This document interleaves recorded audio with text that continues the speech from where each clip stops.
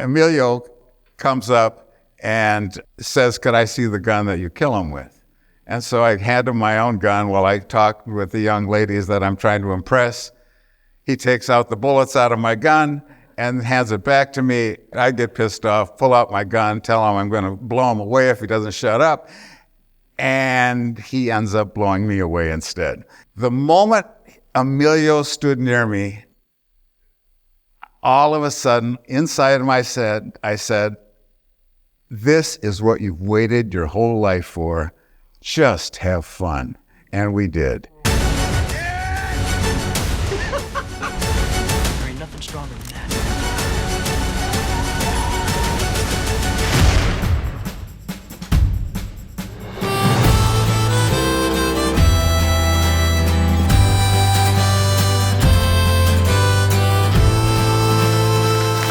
Hi, I'm Rob Word. Welcome to A Word on Westerns.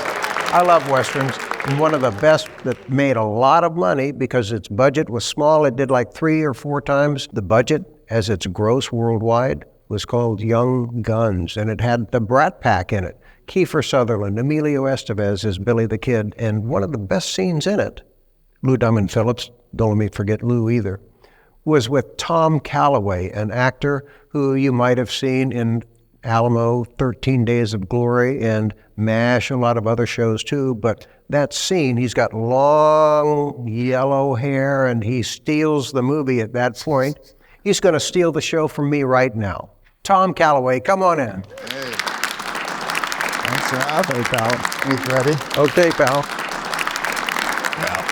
Well, that movie just kicked ass. It was what they call a rock and roll Western at the time. Nothing like it had happened. They said Westerns were on the way out, they were dead, and suddenly all these great kids. Pat Garrett, we had Patrick Wayne. That's right. You got to have some class in that movie, too.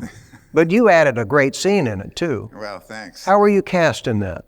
The casting of that was in itself a little story, which I hadn't thought about in years until we decided to do this. I had just done a TV comedy, which was a Western, which was amazing, called Cowboy Joe, that I was the lead. And so my hair was getting kind of long. And when I finished that up, and my son had just been born. So I was like, the good luck of an actor, you can wait till you're blue in the face between each role. And my baby boy came along, and all of a sudden I got the Alamo.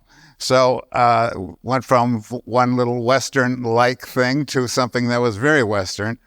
And I no more than finished the Alamo, and I said, I think I'll grow a beard.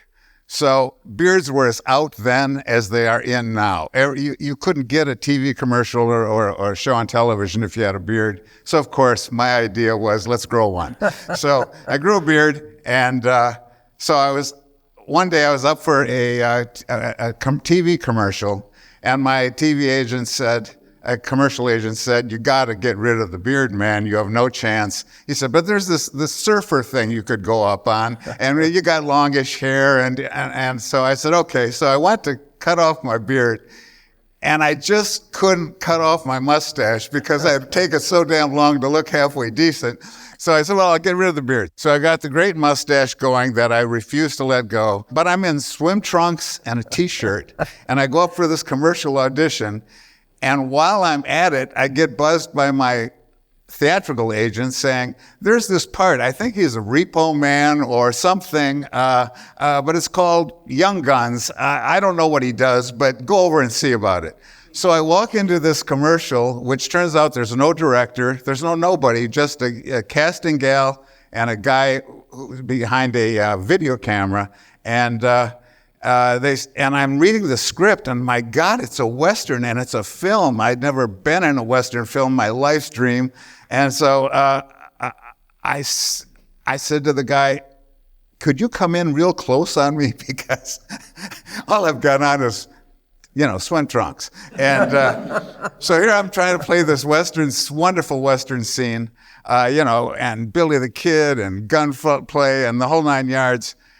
And this gets sent off, and so I show up in New Mexico for this little scene, And before I went to Western Costume to put my whole ensemble together, and they had some things pulled out, but I said, no, this guy, I think he should have, longish hair and kind of be like a Wild Bill Hickok kind of character. And so I'm going through all of my dreams of being in a Western film. And so I go through the racks and I start pulling this outfit together. And I had this, I know this is nothing to do with Young Guns exactly. No, it's all there. But I had been in a mountain man phase for a couple of years, and I met a couple of real American mountain men, and one of them, named Jeff Hendrisbaugh in New Mexico, I had seen him in these leather leggings with concho going up the legs, and I just thought they were fabulous, and we were about the same size. So when I heard about this role, I called him. I said, Jeff, I'm coming to Santa Fe, and would you lend me those leggings? So he says, well, okay. So I meet him there the day before I was supposed to go on set. So he hands me them, but along with that incredible old historic concho belt, leather gloves that he had, what else? All this stuff. He hands me this whole pile of stuff. So now I go into makeup, and I said, I really think the guy has to have really long hair. And my hair was pretty long by now, and that mustache was still alive. So anyway, I'm in makeup, and I said, and what about a gold tooth, I say. So I say, well, okay. If you sound like so. Marty Cove going to an audition. This is Marty Cove before I knew Marty Cove. So anyway, the tooth goes in, the hair is on, and now I go to my trailer to try to put on this outfit. Well, just the leggings alone, I'm sweating bullets. It took me an hour to get them on, and so I'm finally suited up. In addition, Jeff had given me these Spanish rowel spurs, and the rowels were this big. So now I got those on my feet, and I come out of my trailer, and I'd never had this whole thing on before. And the noise I made, this clinking and clanking. So I walk finally on the set. I've been thinking about this forever, worried to death now that everybody's kind of staring at me. And I look over, and sitting at a table are all the young guns, all in a group in this little tiny adobe hut, really dark, that they use as this little bar. And I walk in, and I'm clanking and clanking with the spurs, and everyone turns to me and looks at me with like, who the hell is this? Where did he come from, and what is he doing here? I hadn't met a single person. So the director walked up, and he looked me up and down, and I don't know if you can swear on your show, but Sure. He said, you better be good. That's what he said to me. At which point, I just felt my heart stop. I was so nervous. There's a backstory of Sheen. When I was a little kid, 8 years old or so, in 1953, Sheen came to our town.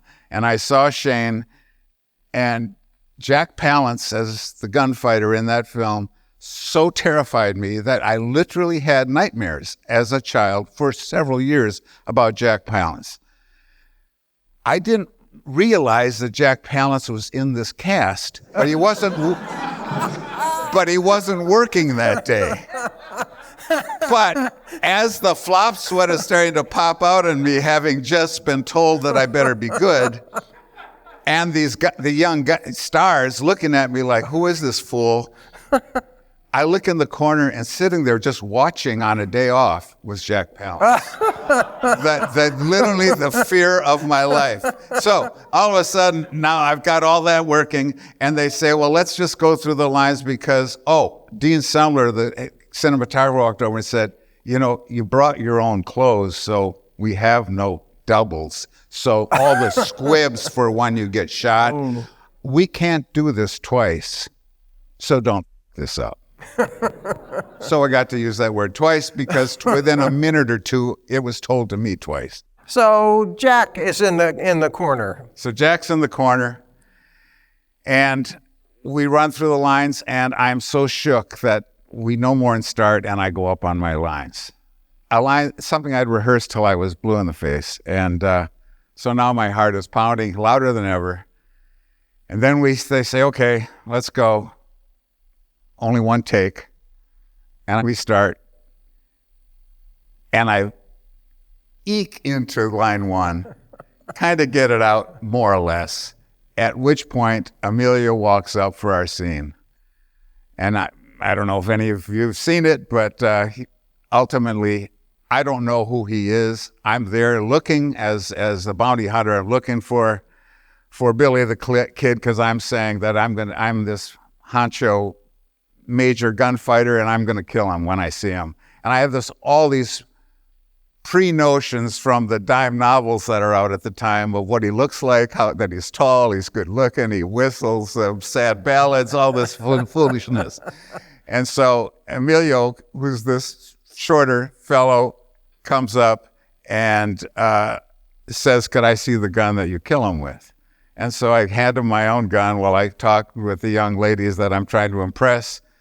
He takes out the bullets out of my gun and hands it back to me, and then proceeds to whistle and do all the things that I had just described. I get pissed off, pull out my gun, tell him I'm going to blow him away if he doesn't shut up. And he ends up blowing me away instead. The moment Emilio stood near me, all of a sudden, inside my head, I said, this is what you've waited your whole life for. Just have fun. And we did. It was the most wonderful moment. Yeah. And it's the best scene in the movie, I think, because it's a bottle and it works, just like he says, and all the tension and all the fun is there, but the look couldn't be beat. That is a great look you had. Anyway, Lou Diamond Phillips was the first one to kind of embrace me as one of the guys. And so I went over and I got introduced to them all. I sat in with them. It was very nice. But then Emilio called me later that day and he said, I think that really went great and I had so much fun doing it, which I thought was so kind of him. And then we got to know each other. And ultimately, I left the business of showbiz, as you well know. And I went into design and I became an interior designer and semi-architect. And Emilio asked me to do his house.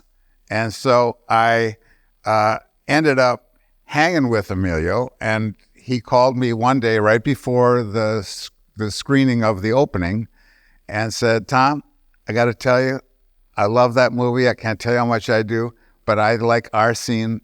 He maybe said this to every guy in it, but he said, I like our scene as much as any or more than any. So it was really a delightful it is thing. Terrific and wonderful. So what did Jack have to think about it? Jack didn't speak to me again until years later, by unbelievable happenstance, on Granddad Day at my son's school, I happened to be there, and who's sitting there in the row was Jack Palance. So I walked over and I sat down next to him, and I said, Jack, you've been a terror for me my whole life since Sheen. I said, and then you absolutely undid me when I saw you sitting on the set of Young Guns. And he said, so he couldn't have been nicer, and we talked. Anyway, his daughter and my wife became dear friends, and when Jack passed away, his daughter, who knew of my love of Native American things, and turns out Jack collected Native American things I never knew, and this incredible Northwest rattle she brought to my door and said, I would like you to have my dad's Indian artifacts, and that just blew me away. So. Anyway, kind of the arc of it all. Now, all those kids on there, especially Emilio, played practical jokes on each other. Did you ever hear about any of that? I didn't know because you were in and out so quickly. I was in and out. I got to know Emilio very, very well working on his house. And his dad, too. His dad, I did projects for the whole Sheen family. All the brothers and sisters, parents, everybody. Who was the easiest to work with? Emilio. He was That's what everyone says. Absolutely wonderful guy. I've worked with Emilio. It'll be your turn soon, dear.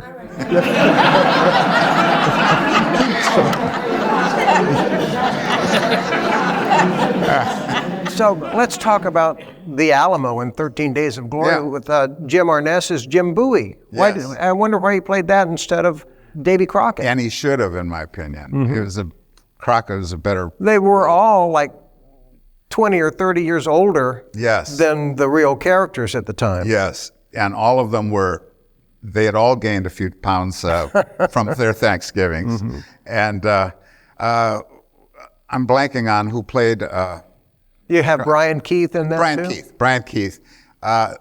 For me, I mean, this was just like an absolute thrill to be in the midst of all these guys I'd watched. Classic guys. And Burt brought along like Gene Evans and Buck Taylor, all these guys that are in that too. And we were all playing historical characters with real people with real names, real histories. I played the kind of the jerk of jerks in Colonel Fannin, who was the American officer who had a group of 200 or so soldiers not that far away from there and refused to go to help them when maybe it could have been turned. And then when I finally did decide to go, my entire group of guys got wiped out because we'd waited too long and we were surrounded. So it was a neat couple of days. They shot at Bracketville, the Alamo there. That was fun to be at. And Burt Kennedy, I didn't get to know him well, of course, when you're a guy coming in on a small role. But just to be in his midst, he was wearing he claimed, and I'm sure it was true, one of Duke Wayne's hats. It was one with a cavalry hat with a pushed up front, and I don't know what they call them, those little acorn military cavalry braids. Doodads. And so he had that on and a cigar, and he was just super laid back. And I was, of course, terrified of him because he was so in control. And he said, okay, run the scene. And there was no rehearsal, no nothing. So I just gave it my shot. So he walked up to me and he said, do less. Because I'm sure I was chewing up the scenery. So we did less, and he said that was fine, and I didn't get to know him, but it was a thrill to be there. I'll bet it was with that crew and cast, everybody. Yeah. I mean, when we first got there, they had a huge party, almost like a Fandango, and everybody in the film was there. That was a part of the movie or just a party? I think there was a scene like that in the movie, and it was all set up for that. So they threw a cast party for everybody to kind of get to know each other. Mm-hmm. So it was really fun to be in the midst of all of those greats. Well, you did a series. It's not a Western series, BJ and the Bear, but it's the one where Greg Evigan turns in his rig, his truck, and ends up on a horse and helps a Native American protect wild horses from the evil rancher, Jock Mahoney. What was that like? Oh, that was great. And Jock was fabulous. He was so sweet to us.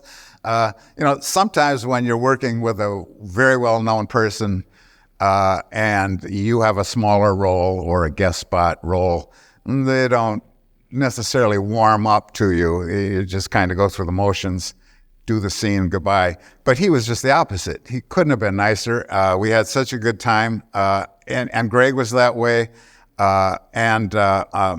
George Deloyo played an Indian in it, and he's now an old dear friend of mine. And at the time, I'd never met him before, so we laugh about those early times together.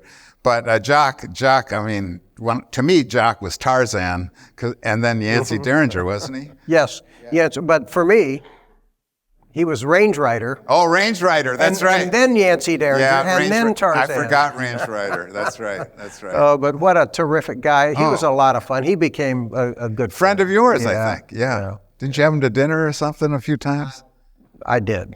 The word is out. Yes. Yeah. No, he was great. He had a lot of fun. In fact, there was this one show Brad Marks was putting together in 1979 called When the West Was Fun, gathering all of these old TV Western stars together for one special. And Jocko and I went around and gathered permission for them, talked them into coming to do this show. Jocko was like the wrangler for the celebrities. And that was a great time, all those guys together. Right. So it was fun. So your business that you're in now is so creative, and you're such a specialist in terms of mostly Southwestern look and design. because your work is so exceptional. Thank you. So thanks a lot. Yeah, Southwestern has always been, and Western has been a passion of mine since forever, since I was a kid. But just like acting, you can get typecast in something where you only get to do that one thing. And in order to break out of that, I actually turned down a lot of jobs early on that were only of that, because that's what I was first known as. And so I've now gotten to do almost every style of design and architecture there is, from early Elizabethan with thatched roofs to gleaming contemporary houses in Malibu. I mean, the full gamut. Well, I think what you need to do now is to grow your mustache back and your hair long, because that scene is really kick-ass. Oh, thank you. So good. Let's hear it for Tom Callaway. Thank you. Thank you. Thank you, Tom. It's a pleasure. Thanks. It was fun.